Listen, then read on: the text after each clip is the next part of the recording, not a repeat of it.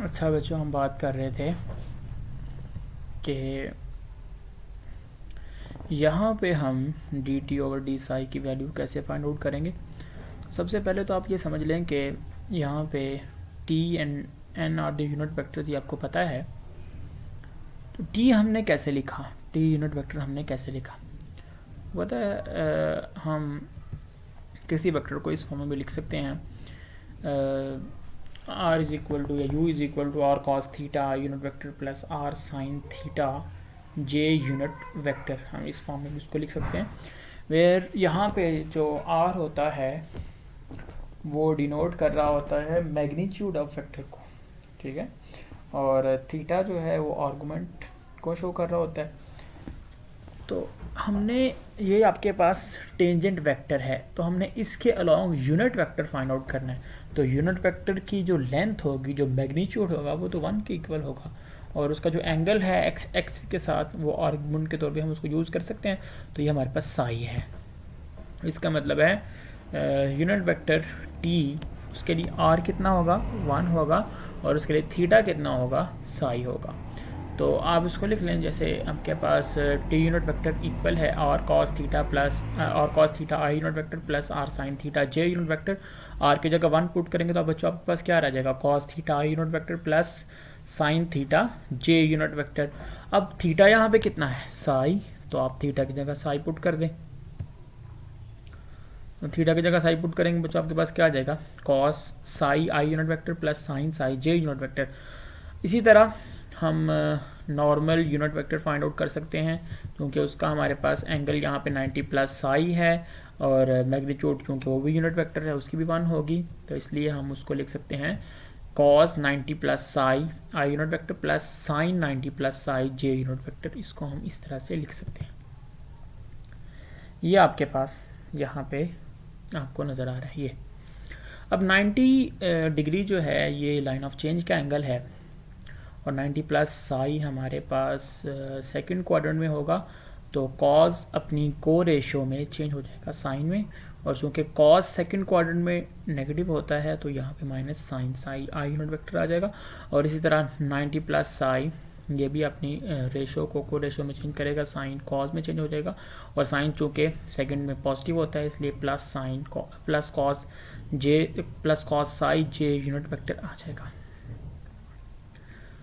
बच्चों ये हमारे पास आ गया नॉर्मल यूनिट वेक्टर। अब हमने चूंकि फाइंड आउट करना है D T over D psi, तो हम इस टेंजेंशियल यूनिट वेक्टर को डिफ्रेंशिएट करेंगे with respect to Sai.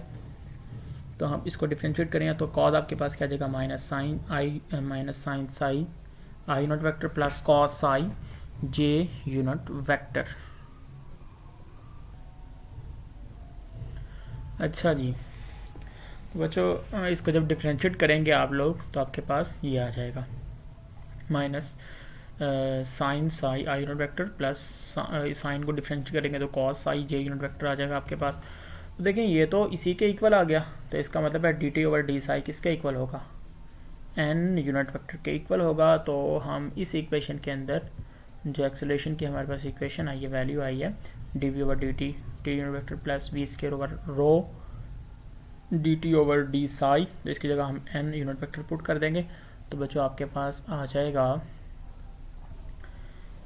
Acceleration is equal to D we over D T T unit vector plus V square over rho N unit vector, where यहाँ पे we जो है ये स्पीड को शो कर रहा है, मैग्नीट्यूड ऑफ वेलोसिटी, और रो यहाँ पे radius of curvature which is the reciprocal of curvature उसको शो कर रहा है। तो हम इसको ए टी टेंजेंशियल कंपोनेंट से शो करते हैं, और a n is the normal component. और ये रो कैसे फाइंड आउट करेंगे, इसको हम कैलकुलस 3 में डिराइव कर चुके हैं, आपके नोट्स के अंदर ये मौजूद होगा कि हमने इसको कैसे फाइंड आउट करना है। तो जब भी हमें कोई क्वेश्चन दिया जाएगा तो सबसे पहले हम बच्चों क्या करेंगे, हम सबसे पहले उसके डेरिवेटिव्स फाइंड आउट करेंगे, D Y over D X D square Y over D X square, और उसके बाद उसका रो फाइंड आउट करेंगे, और उसके बाद इनके अंदर हम पुट करेंगे तो हमारे पास एक्सेलरेशन के भी टेंजेंशियल एंड नॉर्मल कंपोनेंट्स आ जाएंगे, और वेलोसिटी के भी अगर हमें कहा जाएगा तो वो भी हम फाइंड आउट करेंगे। चलिए हम इस क्वेश्चन को देख लेते हैं। नीचे हमारे पास क्वेश्चन है, a particle is moving along the parabola X square is equal to 4ay with constant speed, speed constant है, ये बात याद रखनी है, v इज इक्वल टू यहाँ पे c है। Determine the tangential and normal components of its acceleration when it reaches the point whose abscissa is यानी x कोऑर्डिनेट इसका स्क्वायर रूट 5a है। देखें इक्वेशन हमें ये गिवन है, तो हमने d y by d x find out किया, उसके बाद हमने इसको दोबारा डिफरेंशिएट किया तो d square Y over D x square आ जाएगा। तो अच्छा अब हमने फाइंड आउट करना है इसको एब्सिसा इस उस पॉइंट के ऊपर जिसका एब्सिसा स्क्वायर रूट 5a है। तो x को आप यहाँ पे स्क्वायर रूट 5a पुट कर दें तो बच्चों आपके पास d Y over D x ही आ जाएगा। और D square Y over D x square के अंदर पुट करने की ज़रूरत नहीं है क्योंकि वहाँ पे x है ही नहीं है। तो आप यहाँ पे सबसे पहले रो फाइंड आउट करें, जैसे मैंने भी आपको बताया। तो ये आप जब इनमें वैल्यूज़ पुट करेंगे तो आपके पास आ जाएगा 27a/4। और दूसरी चीज़ यहाँ पे जो याद रखने वाली है, उसने बताया था कि यहाँ पे स्पीड कांस्टेंट है, particle is moving with constant speed, therefore D we over D T is equal to 0, यानी v is equal to constant c लिख लें आप। जब इसको डिफरेंशिएट करेंगे किसी भी वेरिएबल के रिस्पेक्ट में तो वो 0 आ जाएगा। तो D we over D T आपके पास यहाँ पे 0 आ गया। तो अब हमें पता है tangential component of acceleration a t वो d we over D t था, लेकिन वो तो 0 के इक्वल आ गया। और नॉर्मल कंपोनेंट वो क्या था, वी स्क्वायर ओवर रो, तो वी स्क्वायर तो वैसे रहा और रो हमने भी फाइंड आउट किया 27a/4, इसको सिंप्लीफाई किया तो 4v स्क्वायर ओवर 27a आपके पास आ जाएगा, which is a normal component of acceleration. इतना सा क्वेश्चन था। इसी तरह बच्चों आपके पास ये क्वेश्चन है, question number 9, find the tangential and normal components of acceleration of the point describing the ellipse. ये इलिप्स में गिवन है विद यूनिफॉर्म स्पीड, स्पीड यहाँ पे यूनिफॉर्म है और कांस्टेंट है, यानी यूनिफॉर्म मतलब कांस्टेंट स्पीड से चल रहा है। पार्टिकल इज एट 0 b यानी उसका एक्स कोऑर्डिनेट 0 है। ऐसे पॉइंट के ऊपर हमने tangential normal components find out करने हैं जहाँ पे एक्स कोऑर्डिनेट 0 है, वाई कोऑर्डिनेट b है।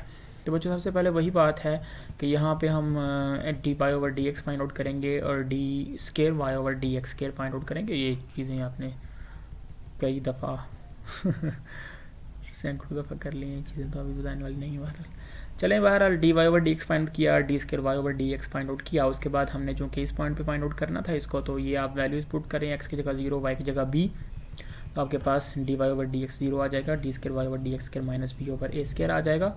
और उसके बाद जो ये हम रो फाइंड आउट करेंगे, इनके अंदर वैल्यूज़ रखें तो आपके पास a स्क्वायर और b रो की वैल्यू आ जाएगी। उसके बाद चूँकि वो यूनिफॉर्म स्पीड से मूव कर रहा है, इसका मतलब v कांस्टेंट होगा, तो D we over D T आपके पास क्या आ जाएगा 0। और उसी तरह हम यहाँ पे tangential normal components find out कर लेंगे जैसे अभी हमने ऊपर बात की है। अच्छा जी, उसके बाद ये हमारे पास लास्ट क्वेश्चन है, question number 10, particle is moving with uniform speed along the curve and show that the acceleration has maximum value at this point. देखें यहाँ पर जो चीज़ समझने वाली है ना, बाकी तो वही है। आपके पास d Y over D x find out किया और उसके बाद d square Y over D x square find out किया। अच्छा जी, ये आपने फाइंड आउट कर लिया। अब यहाँ पे आप सबसे पहले रो फाइंड आउट कर लें, उनके अंदर d Y over D x और D square Y over D x square की वैल्यूज पुट करें तो आपके पास रो की वैल्यू आ जाएगी। अब हमें पता है कि एक्सेलरेशन इक्वल होता है D we over D T plus T unit vector plus V square over rho N unit vector के इक्वल होता है। और चूंकि हमारा जो पार्टिकल है वो यूनिफॉर्म स्पीड से मूव कर रहा है, इसका मतलब है D we over D T 0 के इक्वल होगा। तो यहाँ से इसको हम 0 कर देंगे तो आपके पास एक्सेलरेशन रह जाएगा V square over rho N unit vector. तो चूंकि हम इसकी मैक्सिमम वैल्यू फाइंड आउट करना चाह रहे हैं तो हम इसके मैग्नीट्यूड की बात कर लेते हैं। तो हमने दोनों तरफ का मैग्नीट्यूड फाइंड आउट किया, तो ये तो हमारे पास पहले ही इसके जो वेक्टर नहीं है, वेक्टर तो ये है। जब मैग्नीट्यूड लेंगे तो ये एन यूनिट वेक्टर है, ये 1 हो जाएगा। तो हमारे पास एक्सेलरेशन का जो मैग्नीट्यूड आ जाएगा वो आ जाएगा वी स्क्वायर ओवर रो। अब देखें बच्चों, एक्सेलरेशन का मैग्नीट्यूड और रो आपस में रेसिप्रोकल हैं एक दूसरे के। तो अगर हम एक्सेलरेशन को मैक्सिमम करना चाहते हैं तो रो को मिनिमम करना पड़ेगा, रो को मिनिमम करना पड़ेगा।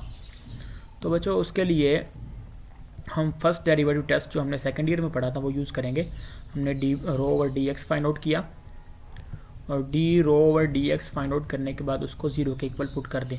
ये आपके पास आएगा इस तरह से, ये 0 के इक्वल पुट करेंगे तो ये तो 0 नहीं हो सकता और ये भी 0 नहीं हो सकता, क्योंकि अगर ये 0 हो गया तो सारा कुछ ही 0 हो जाएगा, x भी 0 a भी 0, ऐसा नहीं है। तो सिर्फ हमारे पास ये एक फैक्टर बचता है, इसको हम 0 के इक्वल रखेंगे। इसको 0 करने के लिए X square minus A square is equal to 0, तो यहाँ से आपके पास x की वैल्यू आ जाएगी प्लस माइनस a। अब यहाँ पे